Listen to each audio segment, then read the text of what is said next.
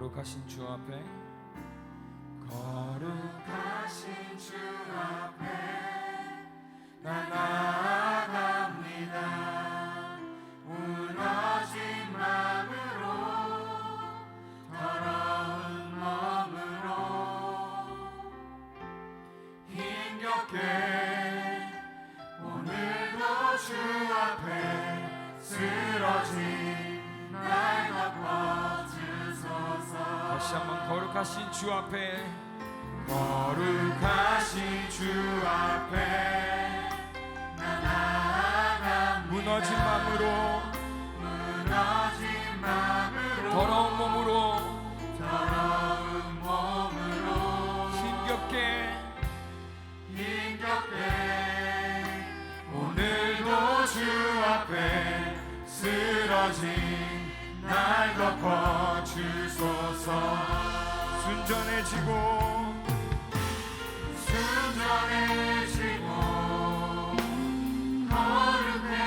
거룩해져서 주님 곁에만 있고 싶어요.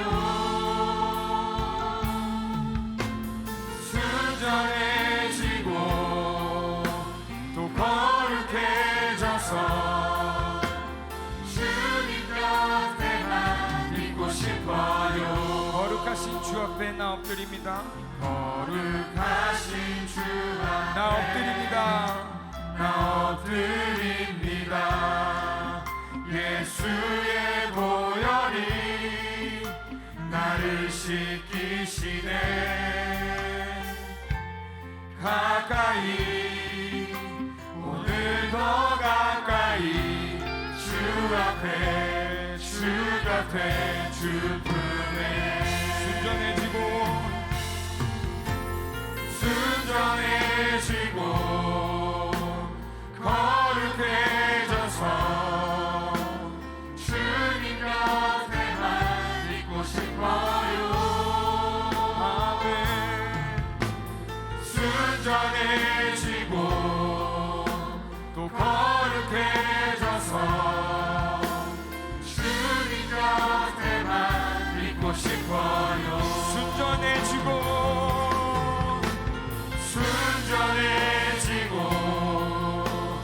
거룩해져서 주님 곁에만 있고 싶어요.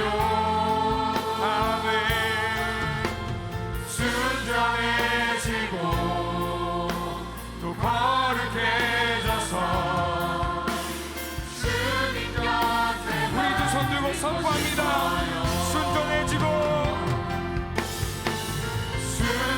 순전해지고 아멘. 거룩해져서 주님 곁에만 주님 곁에만 있고 싶어요. 순전해지고 또 거룩해져서 주님 곁에만 있고 싶어. 작은 나를 통하여 크신 주이라 하늘 아래 인생 주관하시네. 위기 앞에 되는 선명히 주를 보리. 완전하신 사랑 그 안에 나고 작은 나를 통하여 크신 주이라 하시네. 하늘 아래 인생 주관하시네. 위기 앞에 되는 선명히 주를 보리. 완전하신 사랑 그 안에 나고 내가 사는 오늘 걸어가는 이 길 당신의 뜻 안에 날 세우셨으니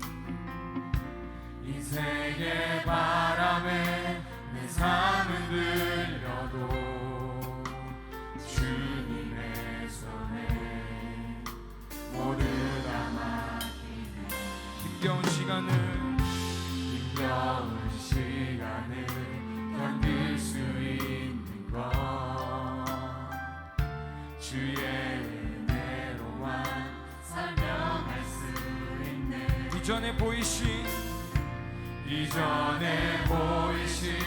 신실하신 은혜 여전히 내 삶을 주의 은혜로 작은 나를 통하여 작은 나를 통하여 크신 주 일하시네 하늘 아래 인생 주관하시네 위기 앞에 내 눈은 선명히 주를 보리 완전하신 사랑 그 안에 나 거하네 작은 나를 통하여 크신 주 일하시네 하늘 아래 인생 주관하시네 위기 앞에 내 눈은 선명히 주를 보리 완전하신 사랑 그 안에 나 거하네 작은 나를 통하여 크신 주 일하시네 하늘 아래 인생 주관하시네 위기 앞에 내 눈은 선명히 주를 보리 완전하신 사랑 그 안에 나 거하네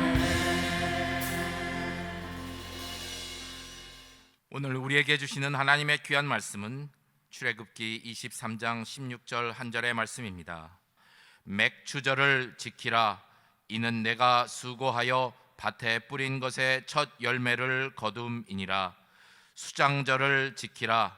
이는 내가 수고하여 이룬 것을 연말에 밭에서부터 거두어 저장함이니라. 아멘. 아멘. 우리 산부 예배에 한 분 한 분을 하나님이 사랑하시고 반드시 오늘 우리 예배 가운데 성령으로 우리 한 사람 한 사람 만져주시고 충만케 해주실 줄로 믿습니다. 한번 따라해 보시겠습니다. 감사하는 믿음의 기본이다. 많은 한국 교회는 7월 첫째 주일을 맥주 감사 주일로 지키고 있습니다. 원래 맥주절은요 구약의 3대 절기 유월절 그리고 맥주절 수장절 그 중에 하나인데 이 맥주절을 다른 말로 오순절 또는 칠칠절이라고도 불렀습니다.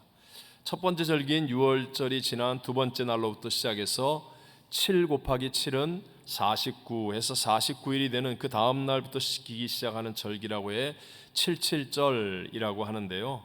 보통 우리식의 원력으로 얘기하면 5월 말경부터 시작되는 것이 대부분입니다. 출애굽했었던 이스라엘 백성들이 시내산에 도착했을 때 하나님께서 강림하시며 그들에게 율법을 주시죠. 바로 그날을 기념하기도 하고요. 또 신약에서는 마가의 다락방에서 120명의 성도들이 모여서 간절히 기도할 때 성령이 강림하시기도 한 날입니다. 그리고 보리 수확과 같은 때이기 때문에 보리 수확의 첫 열매를 얻게 되면 그것을 가지고 하나님께 나와 감사로 제사드린 절기, 그게 바로 맥주절 또는 칠칠절 또는 오순절 하고 말합니다. 그런데 우리 한국에서는 이 성경 번역상의 오류 때문인지 아니면 농경 문화가 아니기 때문인지 한국 교회가 7월 달에 첫 주일을 맥주 감사 주일이라고 해서 지키는데 날짜가 잘못된 것은 분명한 사실입니다. 그러나 중요한 것은 날짜가 아니라 이 모든 절기를 완성하신 그리스도 예수 안에서 맥주절을 지키라고 하신 하나님의 뜻, 맥주절을 통하여 우리에게 주시고자 하는 그 영적인 의미를 바르게 분석하고 분별하고 그것을 적용하는 것이 중요한 일이라고 말할 수 있습니다. 그 맥주절의 의미, 하나님의 뜻은 바로 감사인데 하나님을 믿는 사람들이 감사하는 사람이 되고 또 감사하는 삶을 살기를 원하셔서 하나님은 우리에게도 맥주절을 지키라고 말씀하시는 것입니다. 제 개인적으로는요 지난 주일이죠. 7월 첫 번째 주일 이제 성찬 예배를 다 마치고 난 다음부터 오늘 이번 주일 설교를 준비하는 내내 이 맥주 감사 주일에 대한 부담감이 막 마음에 가득했었습니다. 맥주절은 7월이 아니다라는 그 사실이 분명한데도 그 의미만은 전해야 한다라는 어떤 성령님의 간절한 마음이 마음속에 느껴지는 것 같았어요. 그래서 사실 오늘 이 설교를 준비하게 되었습니다. 오늘 저는 감사는 믿음의 기본이다라는 제목을 가지고 이 시대를 살아가고 있는 저와 여러분에게 주시는 세 가지의 하나님의 은혜를 함께 나누고자 합니다. 첫 번째, 감사는 믿음이 있으면 나타나는 기본이라는 것을 먼저 우리가 알아야 됩니다. 자, 다시 한번, 믿음이 있으면 나타나는 기본이 뭐라고요? 감사. 내가 만약에 믿음이 있다고 하면 그러면 반드시 나타나야 하는 기본이 바로 감사라는 것을 우리는 먼저 알고 신앙생활을 해야 한다는 거죠. 로버트 폴검 목사님이라는 분이 계세요. 이분은 참 여러 다양한 직업, 여러 다양한 곳을 여행하면서 참 좋은 글들, 책들을 많이 쓰신 분이에요. IBM 세일즈맨도 하시고 카우보이도 하시고 아마추어 로데오 선수이기도 하고 화가, 조각가, 음악가, 카운슬러, 바텐더 등을 하시기까지 하면서 다양한 직업을 경험하시고 여러 곳을 여행하면서 글을 써 왔었습니다. 그 중에서 뉴욕 타임즈에서 34주간 동안에 1위를 했고 베스트셀러죠.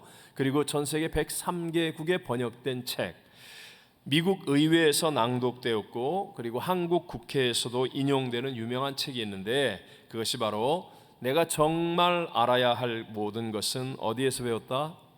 유치원에서 배웠다라는 이 책입니다.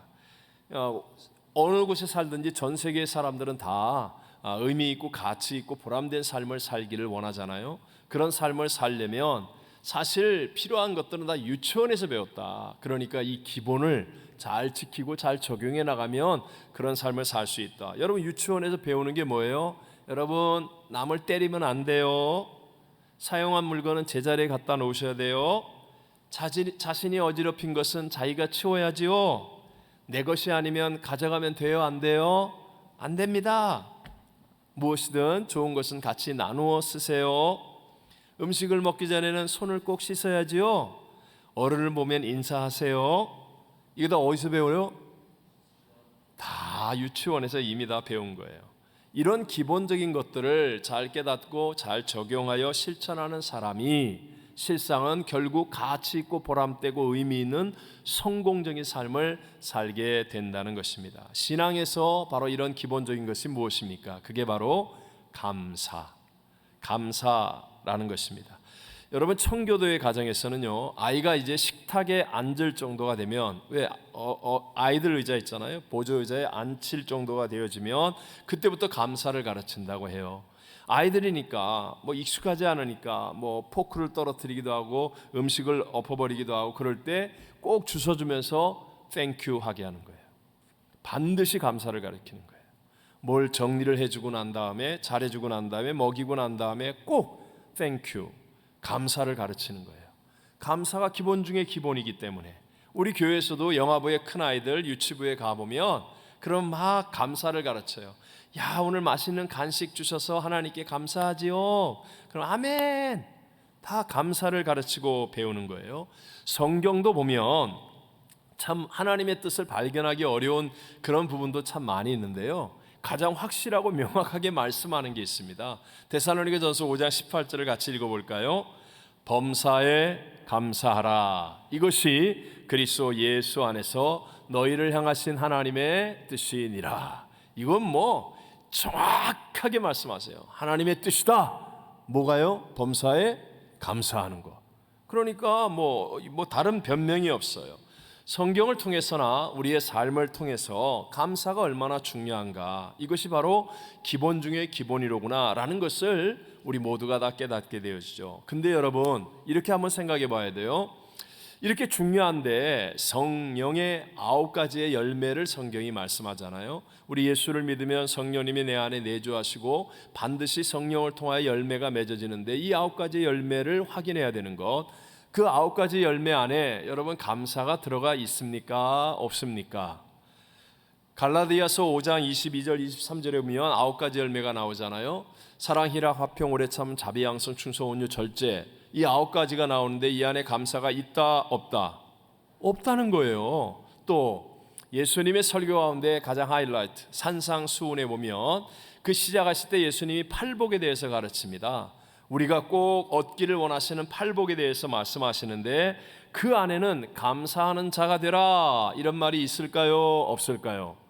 없더라는 것이에요. 심령이 가난한 자, 애통하는 자, 온유한 자, 의에 줄이고 목마른 자, 긍휼히 여기는 자, 마음이 청결한 자, 화평하게 하는 자, 의를 위하여 박해를 받은 자는 복이 있나니 천국이 그들의 것임이라. 예수님 이렇게 말씀하시는데 그 안에는 감사하는 자, 그렇게 중요하다고 가르치는 감사하는 자라는 말씀이 없다는 거예요. 왜 그렇게 그토록 중요한 감사가 성령의 열매나 아니면 예수님의 팔복의 가르침 안에는 나오지 않는 것일까요? 그것이 바로 감사하는 믿음의 기본이기 때문에 그런 것입니다. 믿음의 무엇이기 때문에? 기본이기 때문에. 감사는요, 성령께서 내 안에서 막 역사하셔야만 맺어지는 열매가 아니라 내가 하나님을 믿게 되면 그냥 나오는 게 감사라는 거예요. 그래서 또 감사하는 자가 되라 이 말이 팔복에 나오지 않은 이유는 감사가 안 된다는 말은 나에게 아예 하나님을 향한 믿음이 없다는 얘기이기 때문에 복을 얘기할 단계도 안 된다라는 그런 의미죠. 하나님이 창조주이시고 모든 것을 주관하시며 우리에게 이루어지는 모든 것을 합력하여 선을 이루실 수 있는 전능자라는 게 내가 믿어지잖아요. 그게 믿어지면 놀랍게도 저절로 내게 나오는 반응이 뭐냐? 감사합니다. 감사가 나오는 거예요. 반대로 여러분이 지금 3부 예배에 나와서 아주 점잖게 아니면 아름답게 멋지게 예배를 드리고 있으면서도 여러분이 진짜 이 마음속에 하나님을 향한 믿음이 없잖아요. 예배는 나왔는데 이렇게 예배는 드리는 척 하는데 이 안에 진실한 하나님을 향한 믿음이 없으면 그러면 어떤 삶이 될까요? 하나님을 믿지 않으면 내 힘으로 살아야 되잖아요. 내 힘으로 인생을 살려고 하면 우리 안에서 자연적으로 생기는 게 뭐냐? 염려, 근심, 불평, 원망, 미움, 짜증, 두려움, 이런 것들이 우리 안에 꽉 차게 돼 있어요. 감사가 안 나오는 거예요. 겉으로는 믿는다고 하지만 진짜로는 하나님을 믿고 있지 않는 삶을 살기 때문에 내게서 감사가 나오지 않는 거죠. 그러니까 상황이나 환경이나 조건이 문제가 아니라 하나님을 내가 믿느냐 믿지 않느냐 하는 내 마음의 상태를 바로 감사하냐 아니냐로 결정짓게 된다는 거예요. 감사는 이토록 우리의 믿음 신앙의 기본 중에 기본이다. 한번 생각해 보세요. 여러분, 지옥에 가면 그 뜨거운 불 속에서 감사라는 말이 있을까요? 없을까요? 안 가봐서 모르죠? 우리는 상상도 안 해보죠? 생각해 보세요. 사우나도 아니고 몇 시간 지난 다음에 나오는 것도 아니고 이건 뭐 상상하지 못하는 뜨거운 불 속에서 1년 2년이 아니라 영원히 살아야 되는데 거기서 무슨 감사가 있겠습니까? 또 반대로 여러분 진짜 천국이라고 한다면 천국에는 염려, 근심, 불평, 원망, 짜증, 미움, 두려움 이런 것들이 있을까요? 없을까요? 당연히 없겠죠. 다시 말해서 감사를 통해서 내가 믿는 믿음의 사람인지 아닌지를 확인할 수 있다. 즉 내가 진짜 믿고 있는 사람이라면 그렇다면 나도 모르게 내 안에서부터 감사가 나와야 한다 라는 것을 우리에게 깨우쳐 주는 것입니다. 사도 바울을 보십시오. 사도 바울은 그의 인생 말년에 감옥에서 대부분의 세월을 보냈죠. 그리고 그곳에서 여러 편지들을 쓰는데 그걸 옥중서신이라고 말합니다. 뭐 에베소서, 빌립보서, 골로새서, 빌레몬서 같은 옥중서신들. 그런데 여러분 보면 사실 평생을 복음을 전하고 헌신하고 수고했는데 그의 말년에 병들고 아프고 약한데 감옥 안에 있어요. 그러면 억울하다, 짜증난다, 이럴 수가 있느냐, 어떻게 이런 일이 나한테 일어났냐, 이렇게 할 법도 한데, 그런데 사도 바울이 그 감옥 안에서 쓰는 글들을 보면 전부 다 그 바탕에는 감사의 말과 글들이 쫙 깔려 있다는 것을 우리가 쉽게 알 수 있습니다. 너무 많으니까 제가 한 책에서 한 절씩만 같이 읽어보도록 해요. 에베소 1장 16절 전반절 시작. 너희로 말미암아 감사하기를 그치지 아니하고. 지금 감옥 안에 있는 고생하고 있는 바울이 감옥 밖에 있는 성도들을 향하여 자기가 오히려 감사하기를 그치지 않는다 이렇게 고백하고 있죠. 또 빌립보서 4장 6절 시작. 너희 구할 것은 감사함으로 하나님께 아뢰라. 감사함으로 하나님께 기도해라. 골로새 3장 15절 너희는 또한 감사하는 자가 되라. 감사하는 자가 되라. 본인의 마음속에 감사가 있으니까 이렇게 말할 수 있겠죠. 마지막 빌레몬서 1장 4절 내가 항상 내 하나님께 감사하고. 이렇게 몇 구절만 이렇게 보아도요 우리는 금방 바울은 진짜 하나님을 믿는 사람이구나, 하나님을 믿으니까 그 감옥 안에서 그 어렵고 힘든 말년을 보내는데도 불구하고 기본적으로 이 마음속에 감사가 깔려 있어요. 그래서 그의 말과 글 속에 감사가 흘러 넘쳐나는 것을 알 수 있죠. 얼마 전에 며칠 전에 제 눈길을 끌었던 신문 기사가 하나 있었습니다. 영국 프리미어 리그, 세계 최고의 축구 리그라고도 말하는 그곳에서 득점 왕을 차지했던 손흥민 선수가 한국에 휴가처럼 와 잠깐 있는 거예요. 휴식을 취하는 중인데, 그런데 5분만 걸어도 땀이 줄줄 나는 그 폭염의 날씨에 한강변 자전거 도로에서 저렇게 매일 뛰고 있더라는 거예요. 자전거를 타고 가는 사람의 블랙박스에 찍힌 거예요. 너무나 빨리 달리기를 해서, 그래서 지나가면서 보니까 저 손흥민 아니야? 그래서 이 카메라를 보니까 손흥민 선수예요. 엄청난 속도로 달리기를 하는 것을 본 시민들이 너무나 놀라고 감동했다, 이렇게 해서 신문에 올라왔어요. 자, 세계에서 제일 축구를 잘한다고 말할 수 있는 월드 클래스의 이 선수에게서 나타나는 게 뭐죠? 바로 기본에 충실한 모습 아닙니까? 기본에 충실한 모습. 여러분과 그리고 우리의 다음 세대 가운데 정말 신앙의 월드 클래스 같은 사람들이, 인물들이 일어나려면 반드시 신앙의 기본 중에 기본인 감사가 먼저 잘 이루어져야 할 줄로 믿습니다. 감사는 믿음이 있으면, 내가 하나님을 믿는다고 하면 나타나는 기본이요, 감사가 없으면 하나님을 믿는 믿음이 없는 것이라는 것을 먼저 기억하게 되시기를 바랍니다. 두 번째, 그럼 믿음의 감사는 뭡니까? 믿음의 감사는 상대적 감사가 아니라 절대 감사라는 겁니다. 다시 한번 해볼까요? 믿음의 감사는 뭐가 아니라 상대적 감사가 아니라 어떤 감사다? 절대 감사다. 오늘 본문에 보면 맥추절을 지키라, 이는 네가 수고하여 밭에 뿌린 것의 첫 열매를 거둠이니라, 이렇게 말합니다. 농사가 잘 되어서 많은 수확을 거두고 난 다음의 이야기가 아니라는 거예요. 그런 것과 전혀 상관없이 이제 첫 열매 하나가 나왔어요. 첫 열매를 거두게 되면 무조건 하나님께 드리며 감사하는 믿음을 증거해라 라고 말씀하고 있는 거예요. 이처럼 절대 감사라는 것은 내가 좋은 학교에 들어가서, 내가 원하는 직장에 들어가서, 내가 원하는 일이 이루어져서, 내가 생각했던 것들이 잘 되어서 그래서 하는 감사가 아니라 상황, 조건, 환경 전혀 상관없이 오직 하나님으로 인해서 감사하는 것을 절대 감사라고 말합니다. 구약에 보면 하박국 선지자가 나옵니다. 호박국이 아니고 뭐라고요? 하박국이에요. 하박국. 이 하박국 선지자는 이스라엘 나라가 멸망할 때의 선지자였습니다. 며칠 전에 일본의 최장수 총리였던 아베 전 총리가 총격을 당해 암살당하는 그 큰 사건이 일어났을 때에도 전 세계가 충격에 빠지고 또 많은 변화가 생기는데, 하물며 여러분 수백 년을 이어온 한 나라가 멸망하는 거예요. 그렇다면 그것이 얼마나 큰 일이겠습니까?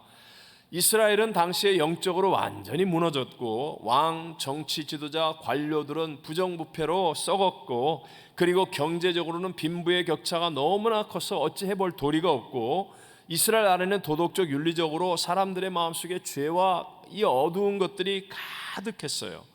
풍전 등화 같은 그 나라의 모습을 바라보는 하박국 선자가 하나님께 나와 기도할 때 처음에는 원망의 기도를 드렸습니다. 하나님, 아니 도대체 이런 어려움과 이런 고난을 언제까지 내버려 두실 겁니까? 아니 어떻게 이방인들이 하나님이 택한 우리 선민들을 짓밟는 이런 일이 일어날 수 있다는 말입니까?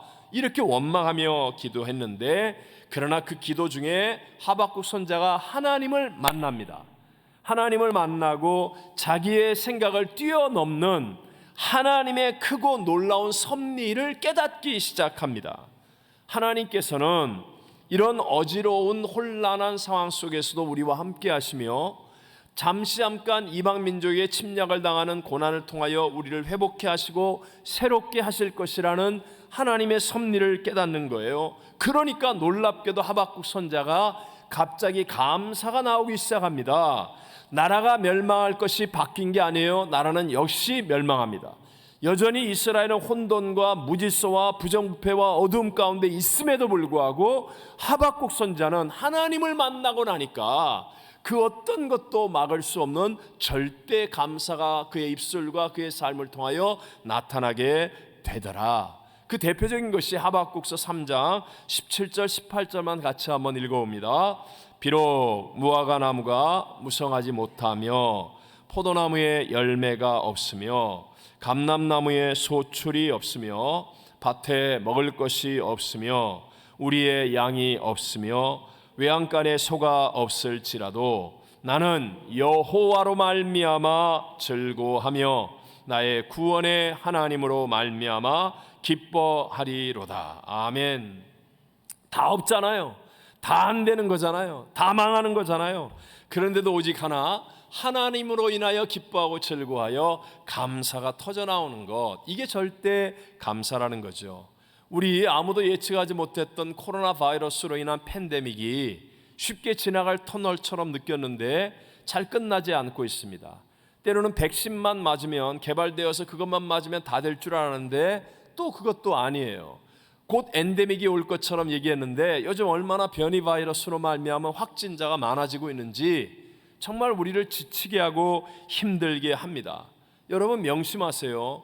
말세가 된다는 것은요, 앞으로 점점 더 어려움이 많아진다는 얘기예요. 세상에는 자연 재앙이 더 많아질 것입니다. 지진이 많이 일어날 겁니다. 산불이 매일 일어날 것입니다. 전쟁과 테러는 계속될 것입니다. 불경기는 예측하지 못하게 우리의 삶에 일어나게 될 것입니다. 그런 시대에 내가 좋은 학교 들어가서 난 감사하고, 내가 하는 일이 잘 되어서 감사하고, 사업이 성공해서 감사하고, 좋은 사람 만나서 감사하고, 내가 원하는 일이 이루어졌으니까 감사하고, 이런 감사의 삶을 살겠다는 사람은 다 박살납니다. 다 무너집니다.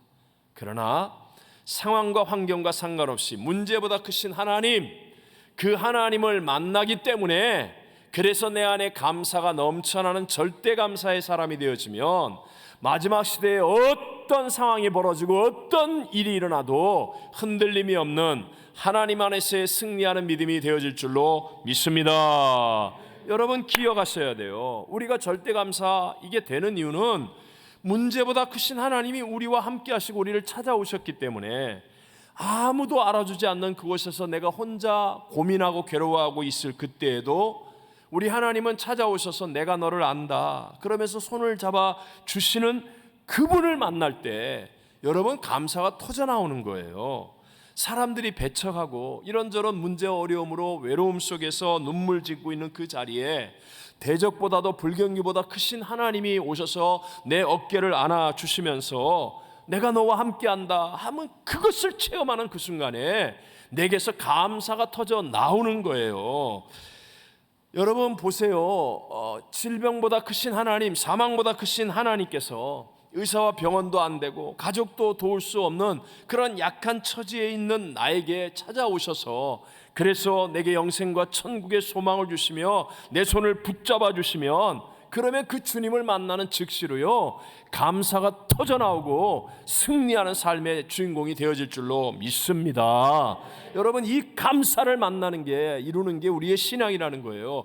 교회 와서 오늘 교회 왔더니 아다리가 잘 맞아가지고 오늘 내가 좋아하는 점심 메뉴가 나와서 난 감사합니다. 뭐 교회 왔더니 오늘 좋은 자리에 앉게 되어서 감사합니다. 뭐 교회 왔더니 오늘 무슨 선물을 주네, 무슨 재미있는 일이 있네, 그래서 감사합니다. 이런 거 가지고는요 세상을 못 이깁니다. 원수마귀를 못 이깁니다. 어떤 상황, 어떤 환경, 어떤 대적이 일어난다 할지라도 나는 하나님을 만나는 예배자이기 때문에, 하나님을 만나고 하나님의 위로를 받고 하나님의 손을 붙잡았기 때문에 나는 감사합니다 하는 사람이 되어지면 정말 하나님이 주시는 역전승의 주인공들이 되어질 줄로 믿습니다. 오래전에 한국 서울에서 강서구에서요 굉장히 큰 버섯 농장을 하시던 장로님이 계셨습니다. 그 버섯 농장 하우스가 워낙 커가지고요 때로는 막 교회 식구들이 다 와서, 성가대가 다 와서 예배를 드리곤 했었습니다. 당시에는요 아주 옛날 얘기라 볏집에다가 버섯을 배양하여 길렀다는 거예요. 그러면서 연탄으로 온도를 이제 조절하는 거예요. 연탄 시대니까. 그래서 많은 일꾼들이 일하는데 낮 시간에 일하시는 아주머니가 연탄을 가는 거예요. 연탄을 가는데 햇빛이 워낙 밝으니까 자기가 꺼낸 연탄이 이게 햇빛에 불이 안 보이니까 다 탄 건 줄 알고 아무렇게나 놓았다가 볏집에 불이 옮겨 붙은 거예요. 이게 다 탄 연탄이 아니었어요. 햇빛에 그냥 그렇게 보였을 뿐이고, 볏집에 불이 옮겨 붙더니 순식간에 하우스에 불이 붙기 시작했습니다. 하우스가 얼마나 컸는지 며칠 동안을 탔다는 거예요. 소방서가 와가지고 아무리 해도 며칠 동안 불이 탔습니다. 한순간에 몇 년 동안 수고하고 노력했던 모든 것들을 잃어버리고 재산을 다 날리게 되었어요. 장로님이 너무 망연자실해서 죽을까 살까 고민하다가 도망치는 심령으로 오살리 기도원으로 들어갔습니다. 오살리 기도원에 들어갔다가 하루 이틀 지내고, 그리고 심심한 마음 반, 그냥 견딜 수 없는 마음 반, 그래서 예배를 드리는 자리에 앉았다가 거기에서 성령의 불을 받은 거예요. 성령의 불을 받은 거예요. 하나님을 만난 거예요. 그랬더니 가장 놀라운 변화가 무엇이었는가? 가장 놀라운 변화가 일어나는데, 사업이 잘 될 때도 감사를 잘 안 했는데, 사업이 잘 될 때조차도 그런 감사는 해본 적이 없었는데, 지금 완전히 망해서 내가 살까 죽을까 생각하고 온 이 기도원에서 감사가 터져 나오더라는 거예요. 연락이 왔는데 소방서에서 고지서가 날라왔어요. 며칠 동안 불 나가지고 그거 처리한 비용 내라고 벌금 고지서가 날랐어요. 그러니까 말할 수 없는 상황이죠. 상황은 정말 절망이에요. 그런데도 불구하고 하나님을 만나고 나니까 감사가 터져 나오더라는 거예요. 감사가. 그래서 교회 가서 자기의 남은 것들을 다 감사하고 새 역사를 이룬 그런 간증입니다. 오늘날 우리는 미국에서 삽니다. 가장 무서운 형벌과 저주는요, 하나님이 없어도 살 수 있는 삶입니다. 난 하나님 없이도 살 수 있어. 이것이요 가장 무서운 형벌이고 저주입니다. 미국이 요즘 이렇게 되어가지요. 너무나 의지할 것이 많고, 너무나 즐길 수 있는 것이 많고, 또 마음과 시간을 또 노력을 빼앗는 일들이 너무나 많습니다. 그러다 보니까 나를 택하여 주시고 불러주시고 구원해 주신 그 하나님, 나 같은 죄인을 대신하여 육신을 입고 오셔서 십자가에서 그 몸 찢고 피 흘려 죽기까지 나를 사랑해 주신 그 주님을 바라보지를 못하는 거예요. 바라볼 수가 없는 거예요. 그러니까 삶은 점점 좋아지고, 환경은 좋아지고, 차도 좋아지고, 입은 옷도 좋아지고, 먹는 음식도 좋아지는데 실상 우리의 인생에 감사가 사라져버려 가고 있습니다.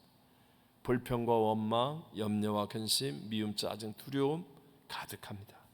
여러분, 아무리 내가 원하는 일이 이루어지고 삶이 좋아지고 남들이 부러워하는 자리에 있어서 그래서 내가 감사하는 그 상대적인 감사는요 반드시 사라집니다. 효력이 오래가지 않습니다. 오직 하나님으로 인한 절대 감사만이 끝까지 갈 수 있는 감사. 아무리 날씨가 흐리고 태풍이 치고 구름이 짙게 들여도 그 위에 태양이 있는 것처럼 하나님은 알파 오메가 처음과 나중 시작 끝 역사의 주관자이시기 때문에 하나님으로 인한 이 절대 감사가 이루어지는 사람이 되어지면 끝까지 승리할 수 있는 사람이 되어짐을 믿으시기 바랍니다. 이 절대 감사를 위해서 명심하십시오.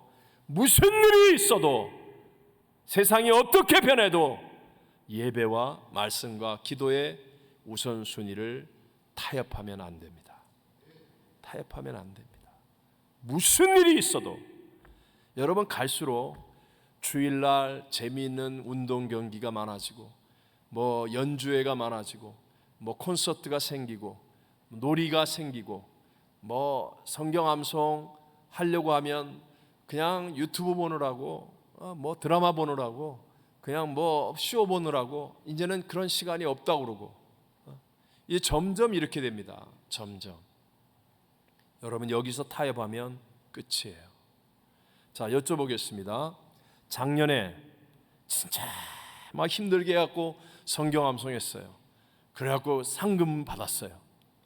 그런 분이 올해는 아유 내가 작년까지 해봤는데 뭐 올해는 안 할래.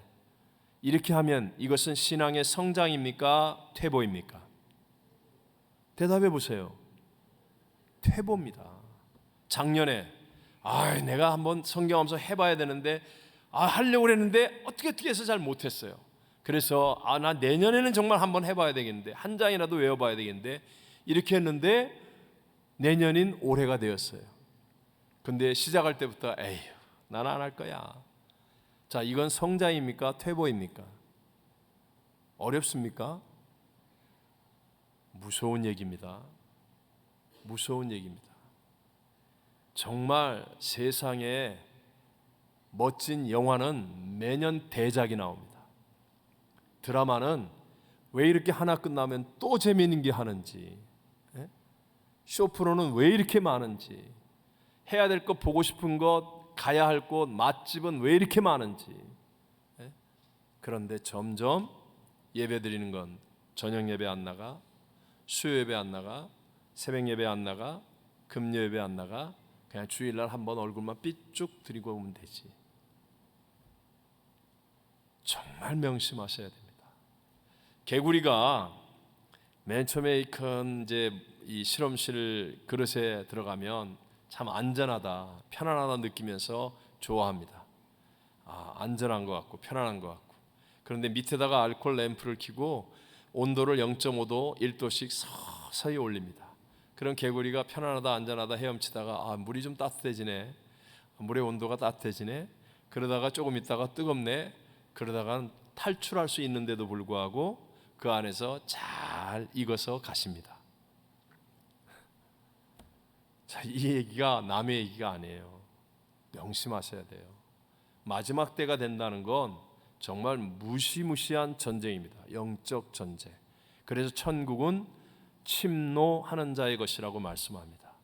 정신을 바짝 차리고 내가 정말 예배하는 일과 말씀과 기도의 우선순위에 있어서 타협하지 않도록 정신을 바짝 차리고 천국을 향해서 내가 정말로 정신 차리고 침노하는 믿음의 승리자가 되시기를 주의 이름으로 축복합니다.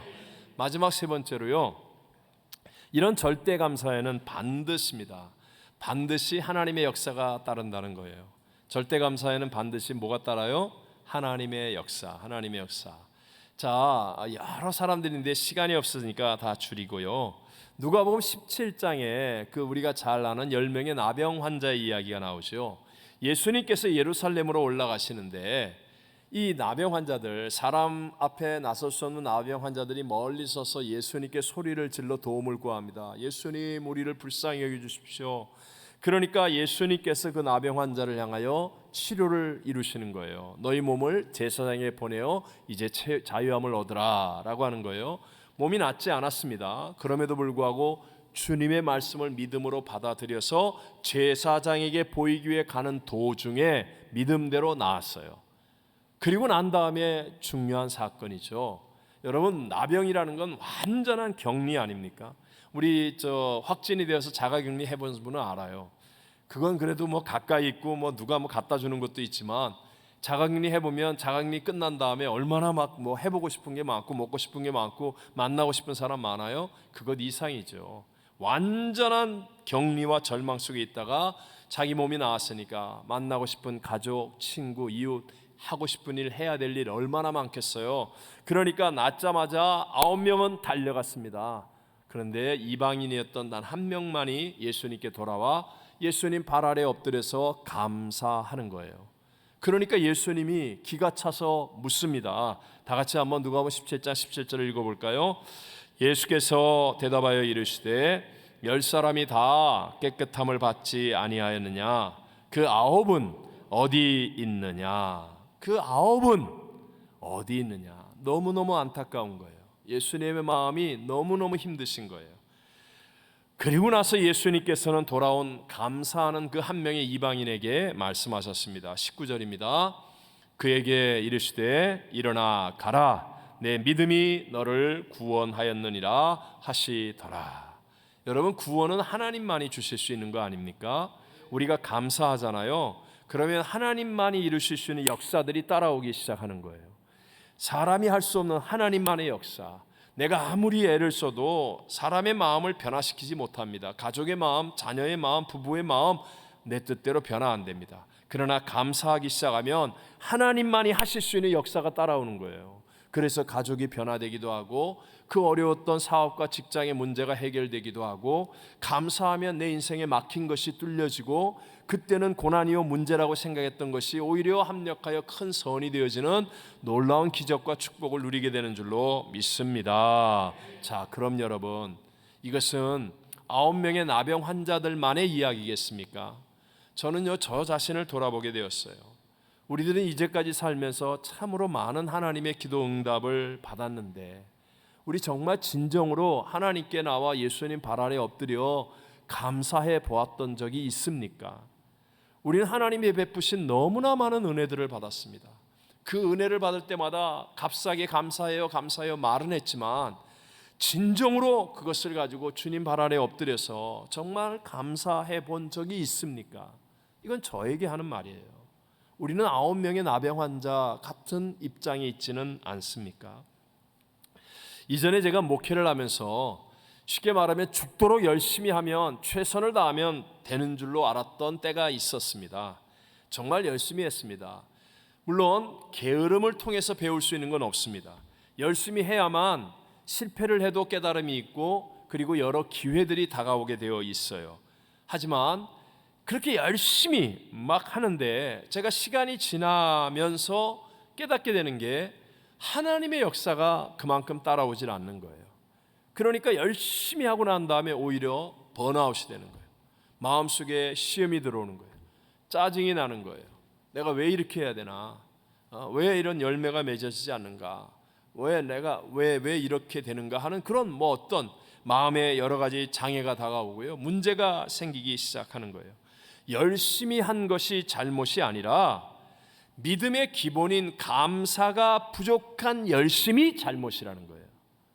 감사가 먼저 있어야 되는데 그래서 하나님이 역사하시는 열심이 되어져야 내가 열심히 한 뒤에 그 다음에 하나님의 역사가 일어나 기쁨이 넘쳐나고 열매가 맺어지고 감격이 있고 간증이 되어지는데 열심히는 하는데 감사가 없는 거예요. 감사가.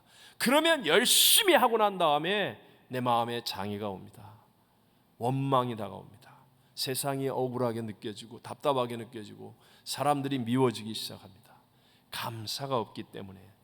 여러분, 나름대로 열심히 살고 있는데 왜 나의 삶에는 문제가 그치지 않을까? 나 나름대로 열심히 하는데 왜 내게는 저 사람은 그냥 쉽게 뭣도 풀리고 애도 잘 크고 결혼도 하고 집도 사고 차도 사고 어떻게 잘 되는 것 같은데 왜 난 저 사람보다 더 열심히 사는데 열심히 하는데 왜 안 될까? 왜 내 마음은 이렇게 표현은 못하지만 마음속에 감추인 시험과 분노와 억울함이 내 마음속에 가득할까? 여러분, 반드시 감사가 없는 열심이 아니었는가를 확인해 보셔야 합니다. 감사가 없는 모임, 감사가 없는 봉사, 감사가 없는 하나님의 일, 그거는요 결코 하나님의 역사를 일으키지 않습니다. 감사가 하나님의 역사를 일으키게 하는 것임을 믿는 자가 되시기를 바랍니다.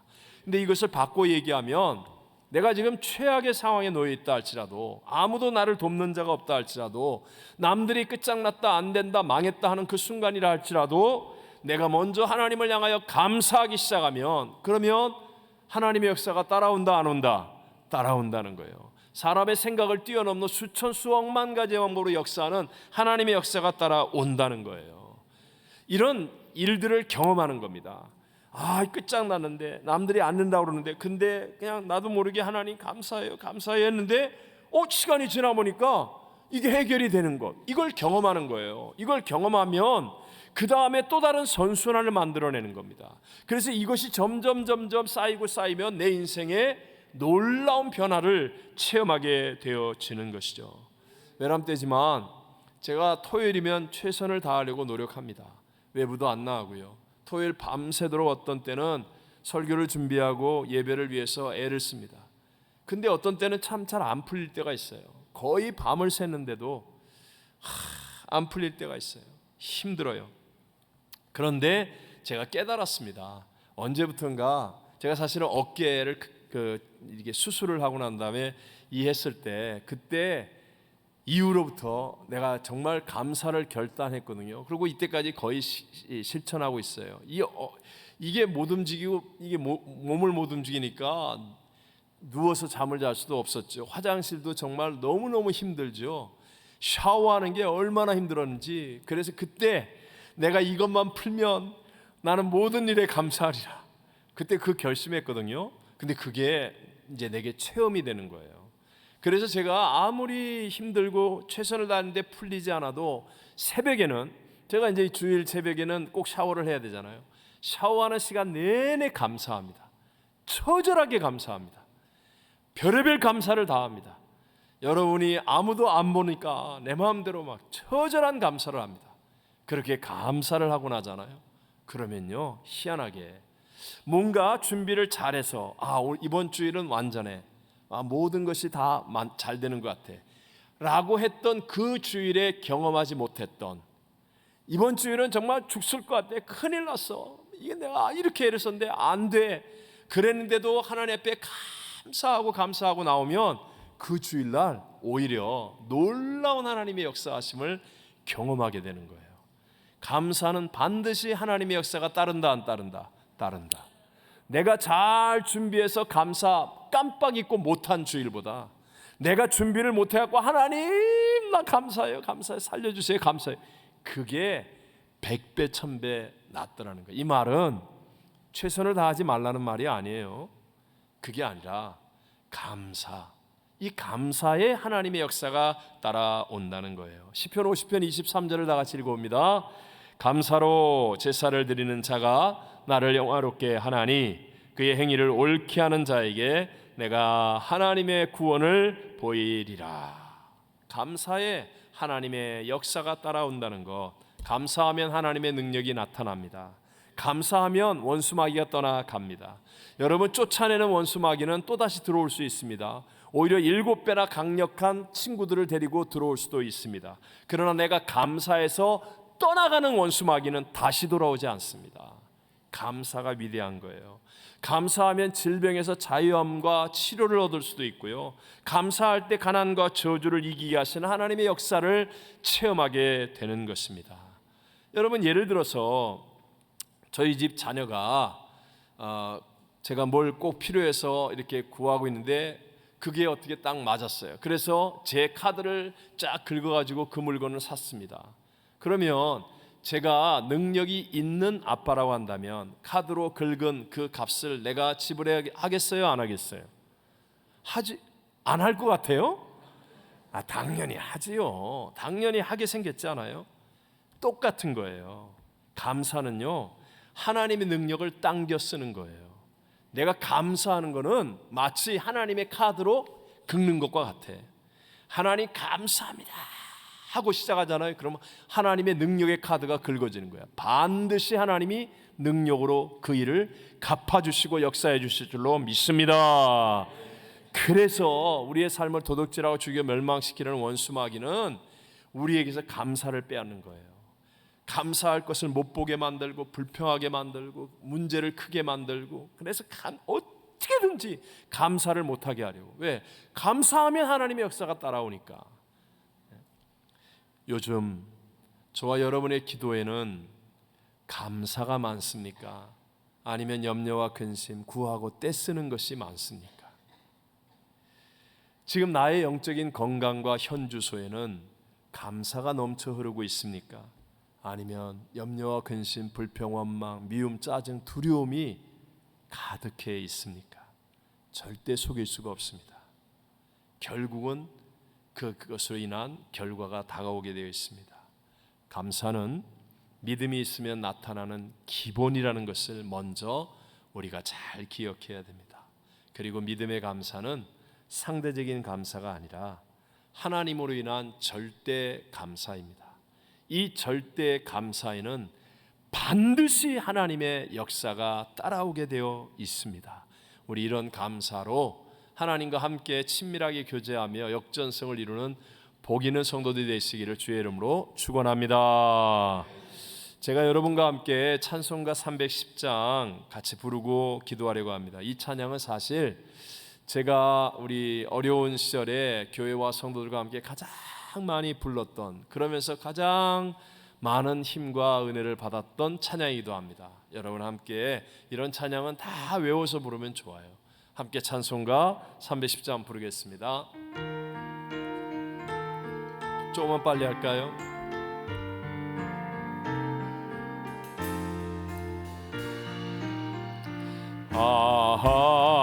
하나님의 은혜로 있을 데 없는 자 왜 구속하여 주는지 난 알 수 없도다. 내가 믿고 또 의지함은 내 모든 성원하시는 주님 늘 보호해 주실 것을 나는 확실히 아네. 내게 굳센 믿음과 또 복음 주셔서 내 마음을 감동하는지 난 알 수 없도다.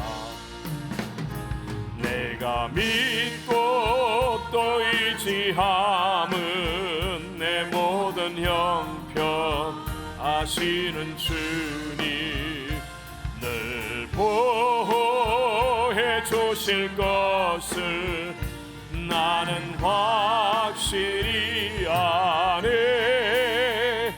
왜 내게 성령 주셔서 내 마음 감동해 주 예수 믿게 하는지 난 알 수 없도다. 내가 믿고 또 의지함은 내 모든 형편 아시는 주님 늘 보호해 주실 것을 나는 확실히 아네.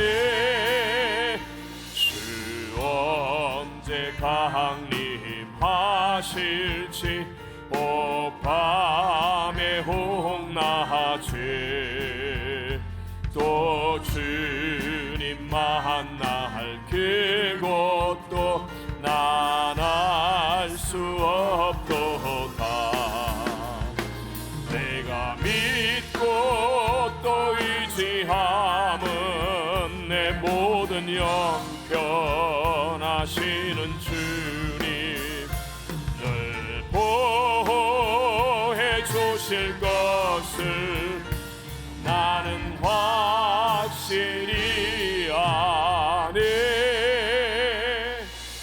지금은 우리 구주 예수 그리스도의 무한하신 은혜와 하나님 아버지의 변치 않으심의 영원하신 사랑하심과 보혜사 성령 하나님 함께 하시고 충만케 하심이 오늘 예배드리는 사랑하는 모든 성도들 위에와 열방을 품고 중보 기도하는 우리 성도들과 선교사님들과 선교지 위에 영원토록 함께 계실지어다. 아멘.